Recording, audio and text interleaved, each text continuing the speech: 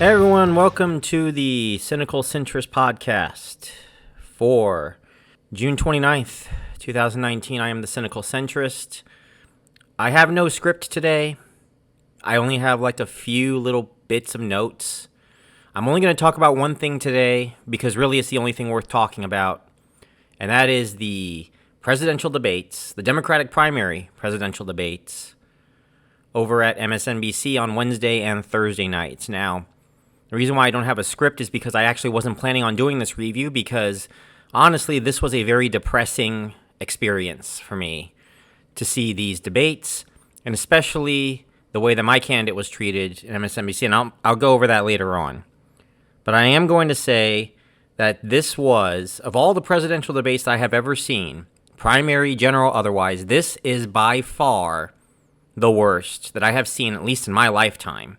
And that would go back to, I would say, as far as I was interested in politics, which is about 2000 with Bush and Gore. Yeah, I would say about that far. This was an absolute clown show. It was, I can't even describe, without having to use a script or something in words, just how much of a clusterfuck this was. There were 10 candidates each night, 2 nights. 20 candidates qualified for these first debates, and I hear in July it's going to be the same thing, 20 candidates qualifying for that debate as well, and I really hope that they organize it a lot better. But it is pretty clear that 10 candidates is way too much to put on a stage to debate. Way too much. Honestly, they should have set it up so that it was a 3-night event. Maybe take out 2 people, because 20 seemed to be way too much to qualify anyway. Make it 18. If you really want it to be inclusive, you could add 1 guy. I mean, Steve Bullock did make one of the requirements, and he didn't get in, so I would just throw Steve Bullock in there, and then you can have 7 guys a night. Yeah, it would still be a little bit disorganized, but at the very least, with 7 guys, people could actually get their point across a little better. This was, and also MSNBC, I honestly think MSNBC should not be allowed to take part in any more debates. I mean, the way that they treated some of these candidates, especially the smaller candidates, was terrible. And one candidate in particular was downright criminal. And honestly, MSNBC should be ashamed of themselves. This was an absolute clown show. And the Republican Party is laughing at you guys for this absolute mess. I'm just letting you know that. They're looking at this, and it's not even so much the candidates, although they don't like some of the candidates either. It's not so much the candidates, but the format and the way that things, the technical issues that was going on with MSNBC, the technical audio issues in night 1, the way that they cut off Andrew Yang's mic in night 2, the way that they had that absolute disorganization. It sounded like chickens clucking every single time someone tried to respond. At first, I thought that was a problem with my audio, but apparently people have been telling me that, yeah, there were a bunch of people on their mics trying to talk at the exact same time, and it sounded like chickens clucking. It really did with the low-quality audio that I had at the time.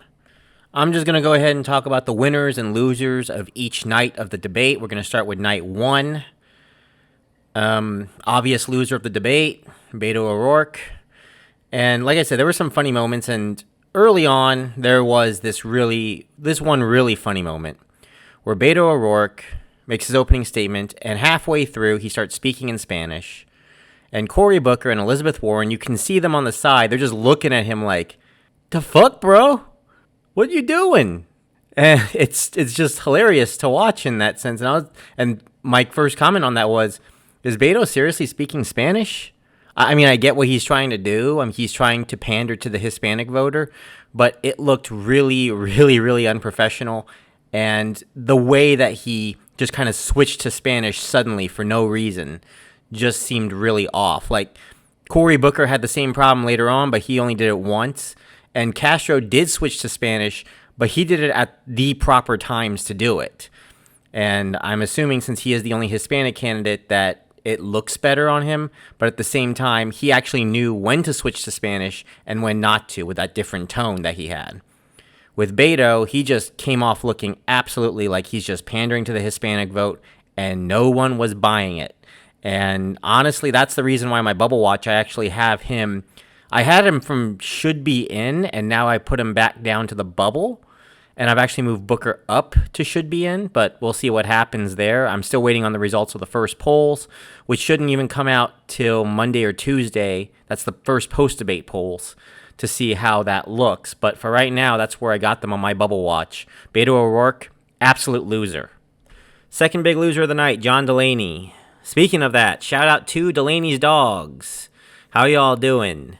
I'm sure both of his fans are very disappointed at this, but yeah, John Delaney did not do very well. He really needed to come up with something that resembled any sort of policy, and he failed to do that. I don't know if he was scared because of the California Democratic Convention where he got booed out.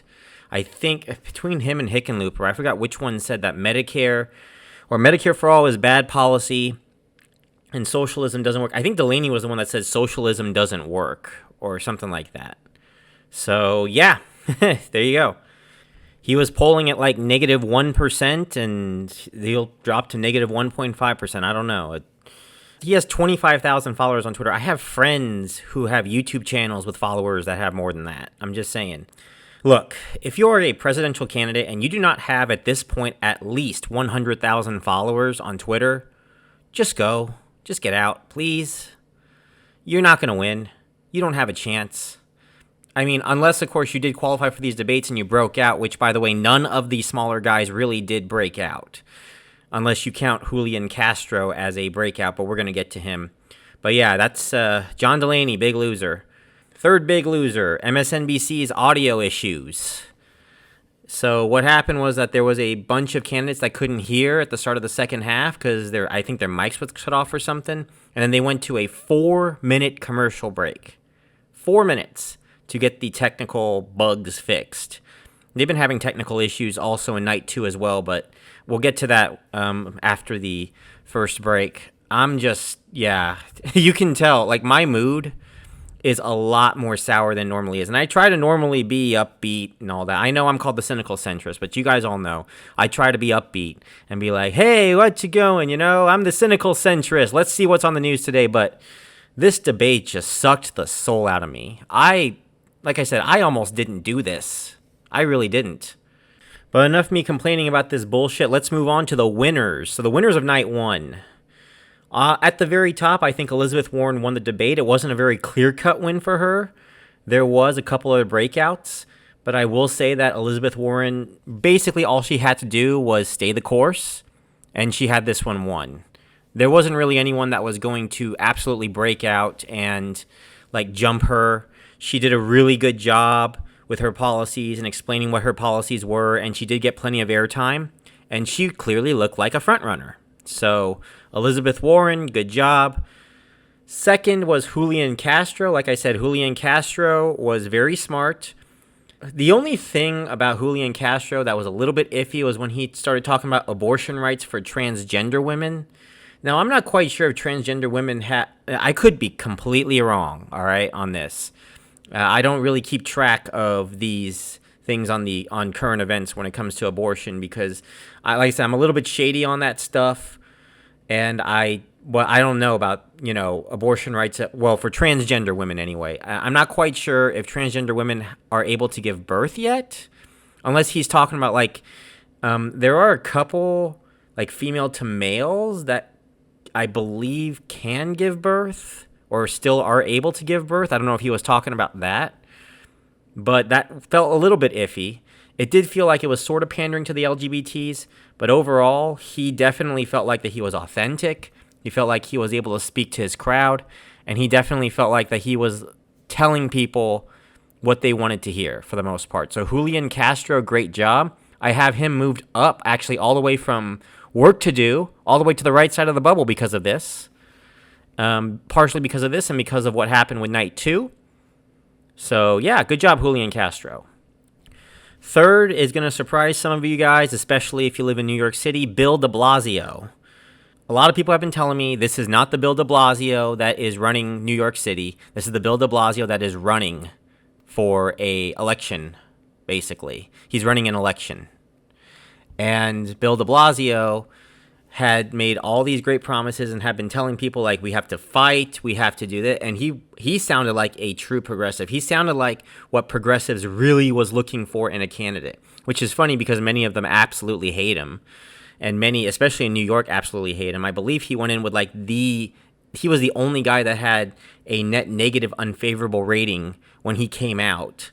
And everyone had been saying he shouldn't even run. And right now he's starting to look like he could be a candidate that surprises everybody and qualifies for September. Although let's wait till the first polls before I say anything regarding that. Let's see. Next week I'll know when I do a full Bubble Watch report then. Before we go to break, I just realized I need to add one more loser. Tim Ryan. I actually wanted to start a Twitter that was #Where's Tim Ryan, and it isn't exactly Tim Ryan's fault either. I feel like a lot of the candidates that were white and male all seem to just blend together, and part of me thought that it was Bill de Blasio that was speaking most of it, but apparently Jay Inslee, John Delaney had a distinct look, but Jay Inslee and Tim Ryan especially had this kind of look where they just kind of molded together, and Bill de Blasio to a certain extent as well, but Bill de Blasio was also a lot taller, so you can kind of tell where he was. I think he was on the far left of the podium. Yeah, they just kind of molded together, and I actually thought that Jay Inslee was speaking some of the stuff that Tim Ryan was saying.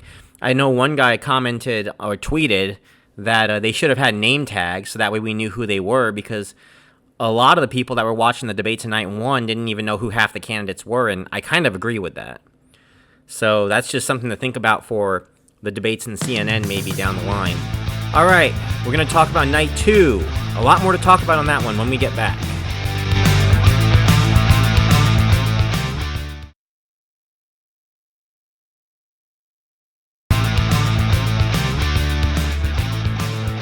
We're back, and it's now time for night 2, but before that, I do want to give some special shout-outs. Shout-outs to Audionautics.com for the opening song. Audionautics.com, thousands of theme songs available for you for your podcast. Go check it out, Audionautics.com, and also Pulsar Radio, spinning hardcore rock, metal, alternative, punk, and more. Check him out Wednesday nights from 9 p.m. to midnight Eastern Time, 6 p.m. to 9 p.m. Pacific, radiovegas.rocks, or go to @Pulsar Smash to download the radiovegas.rocks app. Also, come check me out on social media @Cynical Centrist, and I do plan on getting a YouTube very soon. I will tell you when.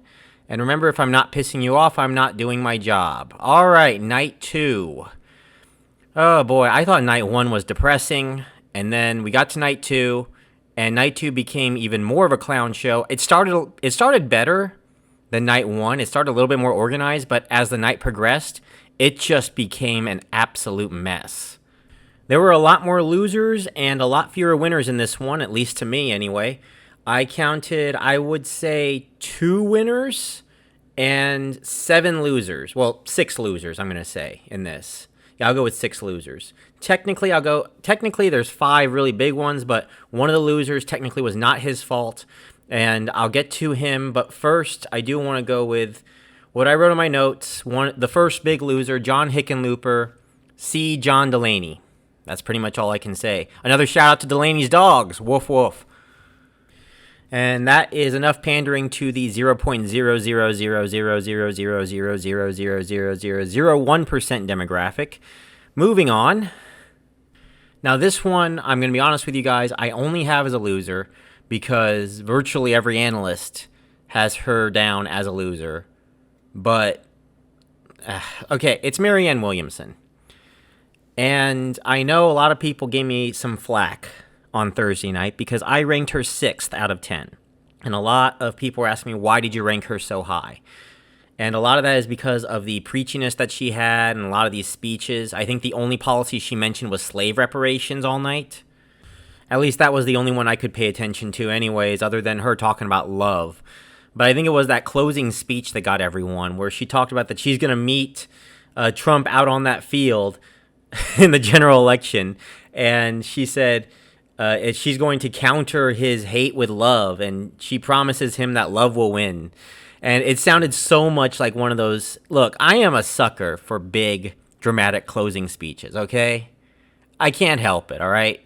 I can't help that Marianne Williamson looked like, she basically sounded like she came right out of an anime when she talked about that.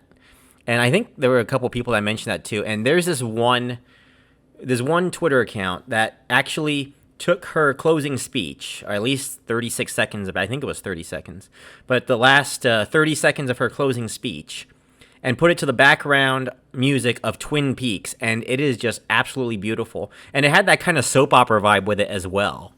I wouldn't call that a loser. I think that a lot of people will know her after this. I actually moved her up right into my bubble watch. She has work to do, plenty of work to do, but I have my bubble watch. But you will hear from a lot of the analysts that she made no sense, there's no policy, there's no substance, and yeah, okay, fine. So she lacks substance, and substance is a big thing for me. That's true. And that's the reason why I didn't rank her higher. But I am a sucker for big dramatic speeches, so I wouldn't have put her down as a loser, especially since now she's got a lot of name recognition, and she is, I believe, #1 in searches going into after the debate. Yeah, she was #1. I think it was either her or Kamala. According to Google Trends, I was seeing Marianne Williamson was #1. So a lot of new people got to know her, and I think that might actually get her a bump in the polls. And that's part of the reason why I put her on the bubble watch. Matter of fact, I think work to do might not be enough. I might actually have to put her as a true bubble. But I want to see the first poll or two, and then we will find out where to place her from there. Besides, I'm going to be real with you guys. There are some of you out there that are like me who just want to see Marianne Williamson win just so we can see how she would do in a debate against Trump. Now, you might not want her as president, but you kind of want her to see how she would do against Trump, and throw Vermin Supreme there. Have him win the Libertarian nomination, and then just let these three debate. License to print money. Put this shit on pay-per-view. I'm going to infuse this shit into my veins. All right, and you know what? Put Cory Booker and Elizabeth Warren there on Cameo so they can give them the same look that they gave Beto when he started speaking Spanish. License to print money. I do want to credit the guys that kind of inspired me to make that phrase, license to print money, was the guys over at Wrestle Crap. As many of you know, I'm a pro wrestling fan, so yeah, Wrestle Crap, shout out to you guys for that phrase. Thank you very much. So yeah, Marianne Williamson, loser, but not really. 3 and 4, Eric Swalwell, Michael Bennett. Basically, they didn't really do anything, I feel like, to stand out from the crowd. They're not going to go up in the polls very much. They're not, again, like Williamson, they're not losers in the technical sense. But when I did look them up on Google Trends, they didn't get even near as much of a spike as Marianne Williamson did. So they're not going to get as much name recognition, and they're going to kind of just disappear out into the crowd. I'm not even sure if Swalwell is going to even qualify for July, but we'll see what happens from there. Final two. First one, and it pains me to say this because, as I mentioned, this is my candidate, Andrew Yang. Now, I think a lot of this was not his fault because there was something that came out on the news. I was talking about that his mic got cut off, and there was video proof of it. Now, there's video proof that his mic was cut off at that point in the debate. That part is true. Now, was it cut off throughout the entire debate? I'm not quite sure. But with what little time he did have, I feel like he did an okay job, at least reaching out to centrists for the most part and reaching out to that mainstream Democrat. And he did, in fact, get some searches. He was 4th overall of all the candidates in number of searches last night. And I think part of that is because of the way that they treated Yang. So there's a silver lining in that. But I'm not going to mince words here. What MSNBC did, whether it's intentional or not, and they deny it, but, I mean, the proof was right there. What they did was absolutely shameful. And let's not even talk about the mic drops. Let's talk about the number of questions were so lopsided to these candidates. Andrew Yang tied for last for number of questions asked with 2. He got 2 questions in the first half of the debate. And then, of course, his biggest critics, Chuck Todd and Rachel Maddow, are moderating in the second half. And I was telling everyone, uh-oh, this is trouble. And turns out I was right. He was going in, I think, tied for last in speaking time at 2 minutes and 12 seconds. Guess how much time he got for the second half of the debate when Todd and Maddow were moderating? 47 seconds. That is it. He got 47 seconds of time. Part of that is his own doing as well. He gave a very short answer in one of the lightning round where they went to each candidate and asked them questions. I guess wanted to make them look at least somewhat even, but they absolutely embarrassed themselves with this. 47 seconds for a candidate that has pretty much everything to talk about, just about every issue, outside of maybe foreign policy. And even foreign policy, he's got quite a lot to talk about as well. And then one of the two questions they ask him is about China. I'm sorry, but one of the big reasons why Andrew Yang is not winning this, and it pains me to say this, is because liberals, well, I should say the media liberals and some social justice liberals, being racist towards Asians. And I don't know how else to explain this. I really don't. Now, if Marianne Williamson's was cut off as well, you could say, well, MSNBC doesn't like outsiders. If they also cut off Swalwell and Bennett's and, not Gillibrand's, but Hickenlooper's, you could say, well, they just don't like the smaller candidates, and Gillibrand is a senator. And I know a lot of mainstream liberals are going to tell me that, well, I don't think it's racism because X or Y. Then what is it? And a lot of people are even denying that it even happened. I know they're listening to NBC and they're saying that, they're denying it, so that's enough. I really don't know. The proof is in that video that at least at some point that Yang's mic was cut off. And that was the point. It was early on after Sanders spoke. Him and Gillibrand raised their hands to speak, and you can tell Yang's mouth was clearly moving, so much so apparently that Biden was turning to face him and seeing him talk, but his mic wasn't working, and you can only hear Gillibrand's voice. So someone tell me, if that is not a fix, I don't know what is. And honestly, that makes me pissed off. Shame on MSNBC on that. Absolutely shame on it. And especially Chuck Todd and Rachel Maddow for not even offering a question to Andrew Yang.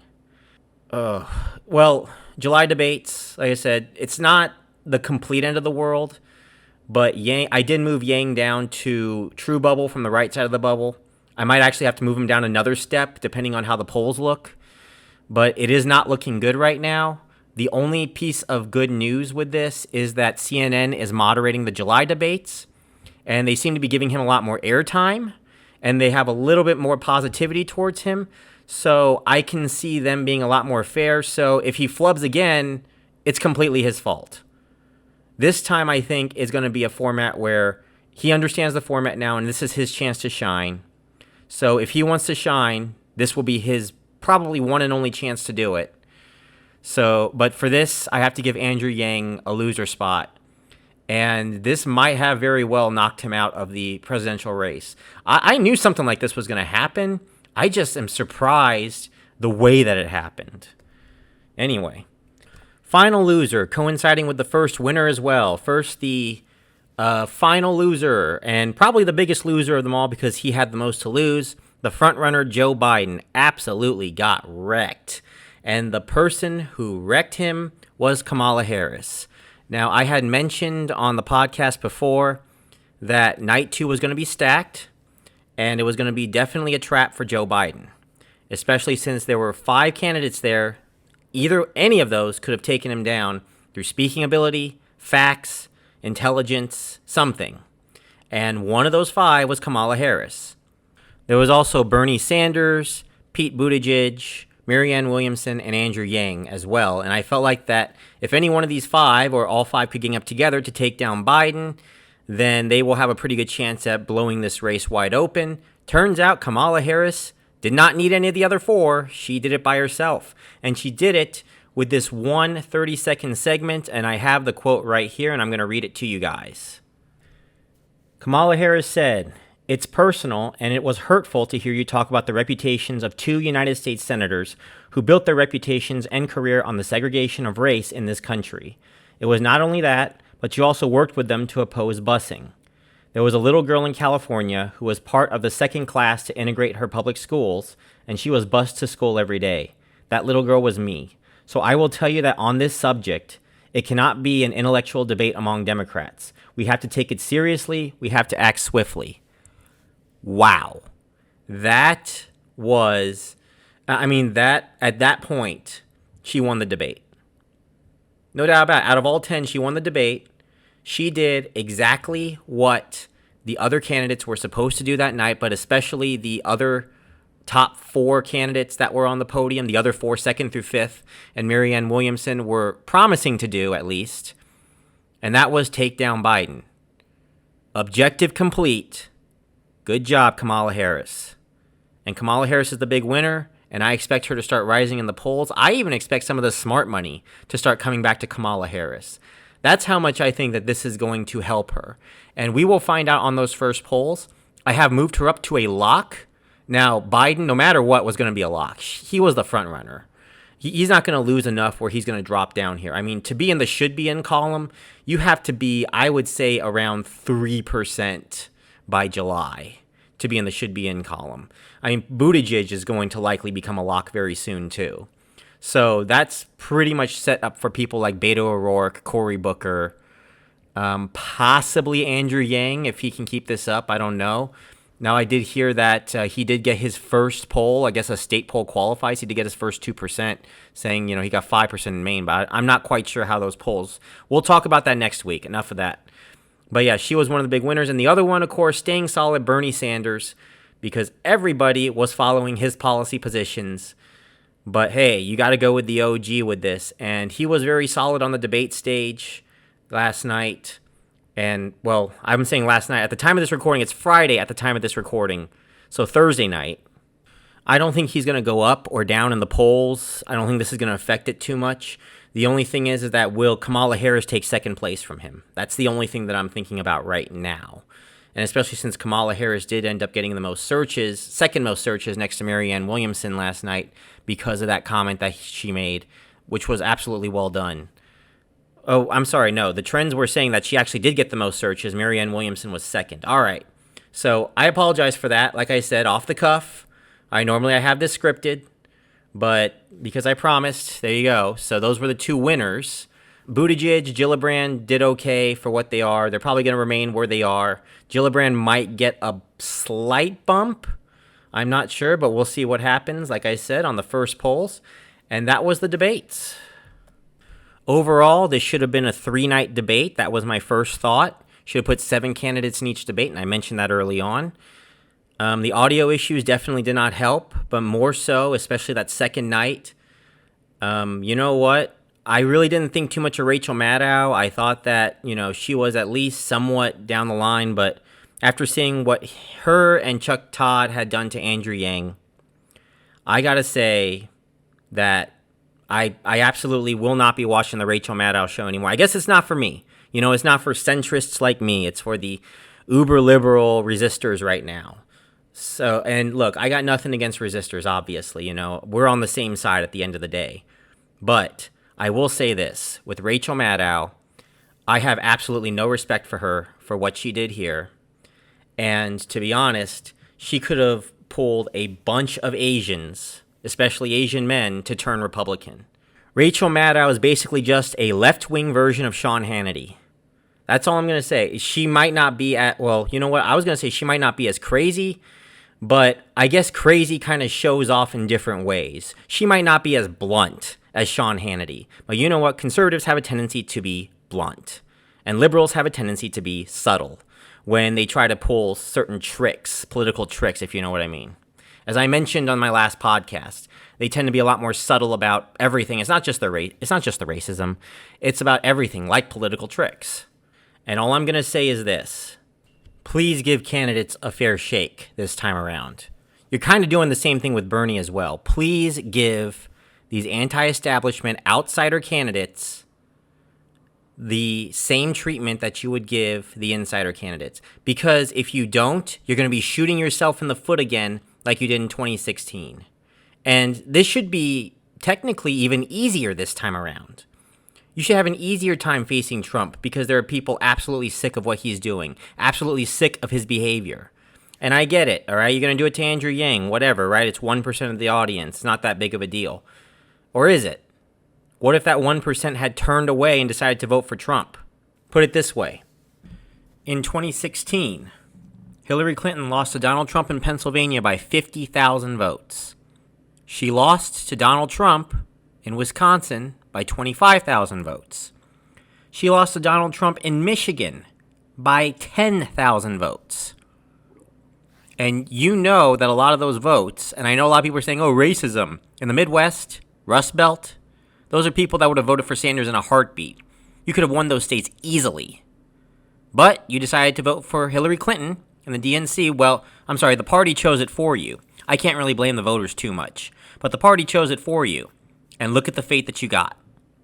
If you turn away 1% of the crowd and you piss them off so much, you could, in fact, turn them all the way to voting for Trump. And if you do, then you got nothing to blame but yourselves. It's not a racism thing. You guys just keep shooting yourselves in the foot. So be fair. It's not a matter of if Yang is going to win, if Bernie's going to win. Just give them a fair shake, for goddamn sake. All right, I'm done. We'll be right back.